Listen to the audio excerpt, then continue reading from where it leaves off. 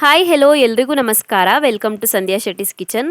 ಇವತ್ತಿನ ವಿಡಿಯೋದಲ್ಲಿ ತುಂಬಾ ಸ್ಪೆಷಲ್ ಆಗಿರುವಂಥ ಅಷ್ಟೇ ರುಚಿಯಾಗಿರುವಂಥ ಪ್ರಾನ್ಸ್ ಫ್ರೈಡ್ ರೈಸ್ ರೆಸಿಪಿನ ಶೇರ್ ಮಾಡ್ತಾ ಇದ್ದೀನಿ. ಸಿಗಡಿ ರೈಸನ್ನು ತುಂಬಾ ರುಚಿಯಾಗಿರುತ್ತೆ ಇದು ತಿನ್ನೋದಕ್ಕೆ. ಇದನ್ನ ಮಾಡೋದಕ್ಕೆ ಯಾವುದೇ ರೀತಿಯ ತರಕಾರಿ ಆಗಲಿ ಸಾಸ್ಗಳಾಗಲಿ ಬೇಕಾಗಲ್ಲ. ಅಡುಗೆ ಮನೆಯಲ್ಲಿ ಡೈಲಿ ಬಳಸುವಂಥ ಸಾಮಗ್ರಿಗಳನ್ನು ಯೂಸ್ ಮಾಡಿಬಿಟ್ಟು ಮಾಡ್ಬೋದು. ಇದನ್ನು ತಿನ್ನೋದಕ್ಕೆ ತುಂಬಾ ಚೆನ್ನಾಗಿರುತ್ತೆ. ಬನ್ನಿ ಹಾಗಿದ್ರೆ ರೆಸಿಪಿ ಹೇಗಿದೆ ಅಂತ ನೋಡೋಣ. ಪ್ರಾನ್ಸ್ ಫ್ರೈಡ್ ರೈಸ್ ಮಾಡೋದಕ್ಕೆ ನಾನಿಲ್ಲಿ ಅರ್ಧ ಕೆಜಿ ಆಗೋಷ್ಟು ಪ್ರಾನ್ಸನ್ನು ಕ್ಲೀನ್ ಮಾಡಿಬಿಟ್ಟು ರೆಡಿ ಮಾಡ್ಕೊಂಡಿದ್ದೀನಿ. ಮೊದಲಿಗೆ ಇದನ್ನು ಮ್ಯಾರಿನೇಟ್ ಮಾಡ್ಕೊಳ್ಳೋಣ. ರುಚಿಗೆ ತಕ್ಕಷ್ಟು ಉಪ್ಪನ್ನು ಸೇರಿಸ್ಕೊಳ್ಳಿ. ಮೊದಲಿಗೆ ಮ್ಯಾರಿನೇಷನ್ಗೆ ಅರ್ಧ ಚಮಚ ಆಗೋಷ್ಟು ಖಾರದ ಪುಡಿ, 2 ರಿಂದ 3 ಚಿಟಿಕೆ ಆಗೋಷ್ಟು ಅರಿಶಿನ ಪುಡಿನ ಸೇರಿಸ್ಕೊಳ್ಳಿ. 1/4 ಚಮಚ ಆಗೋಷ್ಟು ಶುಂಠಿ ಬೆಳ್ಳುಳ್ಳಿ ಪೇಸ್ಟ್ ಮತ್ತು 1/4 ಭಾಗದಷ್ಟು ನಿಂಬೆಹಣ್ಣನ್ನು ಹಿಂಡ್ಕೊಳ್ಬೇಕು. 1/4 ಭಾಗದಷ್ಟು ಹಿಂಡ್ಕೊಳ್ಳಿ. ನಿಂಬೆಹಣ್ಣು ಸಾಕಾಗುತ್ತೆ, ಜಾಸ್ತಿ ಹುಳಿ ಬೇಡ. ಚೆನ್ನಾಗಿ ಮಿಕ್ಸ್ ಮಾಡ್ಕೊಳ್ಳಿ. ಮತ್ತು ಎಕ್ಸ್ಟ್ರಾ ನೀರು ಸೇರಿಸೋದು ಬೇಡ, ನಿಂಬೆಹಣ್ಣಿನಲ್ಲಿರುವಂಥ ನೀರೇ ಸಾಕಾಗುತ್ತೆ. ಇದನ್ನೊಂದು 10 ರಿಂದ 15 ನಿಮಿಷ ಮ್ಯಾರಿನೇಟ್ ಮಾಡ್ಕೊಳ್ಬೇಕು. ಇದನ್ನು ಮ್ಯಾರಿನೇಟ್ ಮಾಡಿದ ನಂತರ ಒಂದು ಬಾಣಲಿಗೆ 3 ರಿಂದ 4 ಟೇಬಲ್ ಸ್ಪೂನ್ ಆಗೋಷ್ಟು ಎಣ್ಣೆನ ಸೇರಿಸ್ಕೊಳ್ಳಿ. ನಂತರ ಅದಕ್ಕೆ ಮ್ಯಾರಿನೇಟ್ ಆಗಿರುವಂಥ ಪ್ರಾನ್ಸನ್ನು ಸೇರಿಸ್ಬಿಟ್ಟು ಫ್ರೈ ಮಾಡ್ಕೊಳ್ಬೇಕು. ಎಲ್ಲ ಪ್ರಾನ್ಸ್ಗಳನ್ನು ಸೇರಿಸಿ ಉರಿನ ಮೀಡಿಯಮ್ ಫ್ಲೇಮಲ್ಲಿ ಇಟ್ಕೊಂಡು ಒಂದು 2 ರಿಂದ 3 ನಿಮಿಷದವರೆಗೂ ಫ್ರೈ ಮಾಡ್ಕೊಳ್ಬೇಕಾಗತ್ತೆ.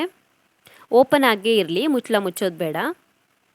ಒಂದು ಕಡೆಗೆ ಚೆನ್ನಾಗಿ ಫ್ರೈ ಆದ ನಂತರ ತಿರುಗಿಸಿ ಹಾಕೊಂಡ್ಬಿಟ್ಟು ಇನ್ನೊಂದು ಕಡೆಗೆ ಫ್ರೈ ಮಾಡ್ಕೊಳ್ಳೋಣ.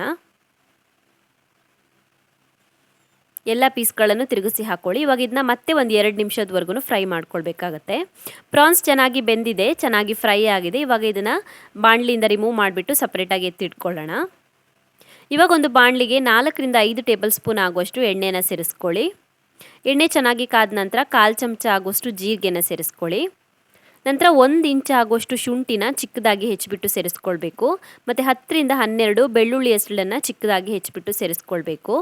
3 ರಿಂದ 4 ಚೆನ್ನಾಗಿ ಹೆಚ್ಚಿರುವಂಥ ಹಸಿಮೆಣಸಿನ್ಕಾಯಿ ಮತ್ತು 2 ಚೆನ್ನಾಗಿ ಹೆಚ್ಚಿರುವಂಥ ಈರುಳ್ಳಿನ ಸೇರಿಸಿ ಚೆನ್ನಾಗಿ ಫ್ರೈ ಮಾಡ್ಕೊಳ್ಬೇಕು. ಶುಂಠಿ ಮತ್ತು ಬೆಳ್ಳುಳ್ಳಿದು ಪೇಸ್ಟ್ ಸೇರಿಸ್ಕೊಳ್ಬೇಡಿ. ಈ ರೀತಿ ಚಿಕ್ಕದಾಗಿ ಹೆಚ್ಚಿಬಿಟ್ಟು ಸೇರಿಸ್ಕೊಳ್ಳೋದ್ರಿಂದ ರುಚಿ ಚೆನ್ನಾಗಿ ಬರುತ್ತೆ. ಮತ್ತು ರೈಸ್ ತಿನ್ನುವಾಗ ಅದು ಬಾಯಿಗೆ ಸಿಕ್ಕಿದಾಗ ರುಚಿ ಚೆನ್ನಾಗಿರುತ್ತೆ. ಸೊ ಹಾಗಾಗಿ ಚಿಕ್ಕದಾಗಿ ಹೆಚ್ಚಿಬಿಟ್ಟು ಸೇರಿಸ್ಕೊಳ್ಳಿ, ಪೇಸ್ಟ್ ಸೇರಿಸಬೇಡಿ. ಒಂದು 2 ನಿಮಿಷದವರೆಗೂ ಚೆನ್ನಾಗಿ ಫ್ರೈ ಮಾಡ್ಕೊಳ್ಳಿ. ನಂತರ ಇದಕ್ಕೆ 2 ಮೊಟ್ಟೆನ ಒಡೆದ್ಬಿಟ್ಟು ಸೇರಿಸ್ಕೊಳ್ತಾ ಇದ್ದೀನಿ. ಚೆನ್ನಾಗಿ ಫ್ರೈ ಮಾಡ್ಕೊಳ್ಳಿ ಮೊಟ್ಟೆನ. ಮೊದಲಿಗೆ ಮೊಟ್ಟೆ ಸ್ವಲ್ಪ ಗಟ್ಟಿಯಾದ ನಂತರ ಈರುಳ್ಳಿ ಜೊತೆಗೆ ಮಿಕ್ಸ್ ಮಾಡ್ಕೊಳ್ಳೋಣ. ಈರುಳ್ಳಿ ಜೊತೆಗೆ ಮಿಕ್ಸ್ ಮಾಡಿಬಿಟ್ಟು ಮತ್ತೆ ಚೆನ್ನಾಗಿ ಫ್ರೈ ಮಾಡ್ಕೊಳ್ಬೇಕು. ಇದು ಸ್ವಲ್ಪ ಡ್ರೈ ಆಗೋವರೆಗೂ ಫ್ರೈ ಮಾಡ್ಕೊಳ್ಬೇಕು. ನೋಡಿ, ಮೊಟ್ಟೆ ಎಲ್ಲ ಚೆನ್ನಾಗಿ ಡ್ರೈ ಆಗಿದೆ. ಇವಾಗ ಇದಕ್ಕೆ ಉಪ್ಪು ಮತ್ತು ಮಸಾಲೆ ಐಟಮ್ಸನ್ನು ಸೇರಿಸ್ಕೊಳ್ಬೇಕು. ಮೊದಲಿಗೆ ರುಚಿಗೆ ತಕ್ಕಷ್ಟು ಉಪ್ಪನ್ನ ಸೇರಿಸ್ಕೊಳ್ಳಿ. 1/4 ಚಮಚ ಆಗೋಷ್ಟು ಅರಿಶಿನ ಪುಡಿ, ಅರ್ಧ ಚಮಚ ಆಗೋಷ್ಟು ಕಾಳು ಮೆಣಸಿನ ಪುಡಿನ ಸೇರಿಸ್ಕೊಳ್ಳಿ, ಬ್ಲ್ಯಾಕ್ ಪೆಪ್ಪರ್ ಪೌಡರ್ನ. 1/4 ಚಮಚ ಆಗೋಷ್ಟು ಗರಂ ಮಸಾಲೆ ಪುಡಿ, ಹಾಗೆಯೇ ಅರ್ಧ ಚಮಚ ಆಗೋಷ್ಟು ಖಾರದ ಪುಡಿನ ಸೇರಿಸ್ಕೊಳ್ಬೇಕು. ಬೇರೇನು ಮಸಾಲೆ ಐಟಮ್ ಸೇರಿಸ್ಲಿಕ್ಕಿಲ್ಲ, ಇಷ್ಟೇ ಐಟಮ್ ಸೇರಿಸ್ಲಿಕ್ಕೆ. ಚೆನ್ನಾಗಿ ಮಿಕ್ಸ್ ಮಾಡ್ಕೊಳ್ಳಿ. ಸ್ವಲ್ಪ ಹೊತ್ತು ಮಸಾಲೆನ ಫ್ರೈ ಮಾಡ್ಕೊಳ್ಳೋಣ. ಒಂದು 2 ನಿಮಿಷದವರೆಗೂ ಮೀಡಿಯಮ್ ಫ್ಲೇಮಲ್ಲಿ ಇಟ್ಕೊಂಡು ಮಸಾಲೆನ ಚೆನ್ನಾಗಿ ಫ್ರೈ ಮಾಡ್ಕೊಳ್ಬೇಕು. ಮಸಾಲೆನ ಚೆನ್ನಾಗಿ ಫ್ರೈ ಮಾಡ್ಕೊಂಡ ನಂತರ ಇದಕ್ಕೆ ಬೇಯಿಸಿರುವಂಥ ಅನ್ನನ ಸೇರಿಸ್ಕೊಳ್ಳೋಣ. ನಾನಿಲ್ಲಿ 2 ಕಪ್ ಆಗೋಷ್ಟು ಅನ್ನನ ಸೇರಿಸ್ಕೊಳ್ತಾ ಇದ್ದೀನಿ. ಅಂದಾಜು 1/4 kg ಆಗೋಷ್ಟು ಅಕ್ಕಿನ ಯೂಸ್ ಮಾಡಿದ್ದೀನಿ ಅನ್ನ ಮಾಡೋದಕ್ಕೆ. ನಾರ್ಮಲ್ ಊಟದ ಅಕ್ಕಿಯಿಂದನೇ ಮಾಡಿರೋದು. ಹಾಗೆಯೇ ಇದಕ್ಕೆ ನಾವು ಆಲ್ರೆಡಿ ಫ್ರೈ ಮಾಡಿ ಇಟ್ಕೊಂಡಿರುವಂಥ ಪ್ರಾನ್ಸನ್ನು ಸೇರಿಸ್ಕೊಳ್ಬೇಕು. ಮತ್ತು ರುಚಿಗೆ ತಕ್ಕಷ್ಟು ಉಪ್ಪನ್ನ ಸೇರಿಸ್ಕೊಳ್ಬೇಕು. ಅನ್ನ ಬೇಯಿಸುವಾಗ ನಾನು ಉಪ್ಪು ಹಾಕ್ಕೊಂಡಿಲ್ಲ, ಹಾಗಾಗಿ ಅನ್ನಕ್ಕೆ ಎಷ್ಟು ಉಪ್ಪು ಬೇಕಾಗುತ್ತೋ ಅಷ್ಟು ಉಪ್ಪನ್ನ ಇವಾಗ ಹಾಕ್ಕೊಂಡಿದ್ದೀನಿ. ಚೆನ್ನಾಗಿ ಮಿಕ್ಸ್ ಮಾಡಿಬಿಟ್ಟು ಇದನ್ನ ಒಂದು 5 ನಿಮಿಷದವರೆಗೂ ಫ್ರೈ ಮಾಡ್ಕೊಳ್ಬೇಕು. ಏನು ಮುಚ್ಚೋದು ಬೇಡ, ಓಪನಲ್ಲಿ ಇಟ್ಬಿಟ್ಟು ಇದೇ ರೀತಿಯಾಗಿ ಕಂಟಿನ್ಯೂಸ್ ಆಗಿ ಸೌಟಲ್ಲಿ ಕೈ ಆಡಿಸ್ತಾ ಇರಬೇಕು. ಒಂದು 5 ನಿಮಿಷದವರೆಗೂ ಫ್ರೈ ಮಾಡ್ಕೊಳ್ಬೇಕು. 5 ನಿಮಿಷ ಚೆನ್ನಾಗಿ ಫ್ರೈ ಮಾಡ್ಕೊಂಡ ನಂತರ ಕೊನೆಯಲ್ಲಿ ಇದಕ್ಕೆ ಚೆನ್ನಾಗಿ ಹೆಚ್ಚಿರುವಂಥ ಕೊತ್ತಂಬರಿ ಸೊಪ್ಪು ಮತ್ತು ಅರ್ಧ ನಿಂಬೆಹಣ್ಣನ್ನು ಹಿಂಡ್ಕೊಳ್ಬೇಕು. ಕೊತ್ತಂಬರಿ ಸೊಪ್ಪು ಮತ್ತು ನಿಂಬೆಹಣ್ಣನ್ನು ಹಿಂಡಿಬಿಟ್ಟು ಚೆನ್ನಾಗಿ ಮಿಕ್ಸ್ ಮಾಡಿಕೊಂಡ್ರೆ ರುಚಿಯಾಗಿರುವಂಥ ಪ್ರಾನ್ಸ್ ಫ್ರೈಡ್ ರೈಸ್ ರೆಡಿ ಆಗುತ್ತೆ.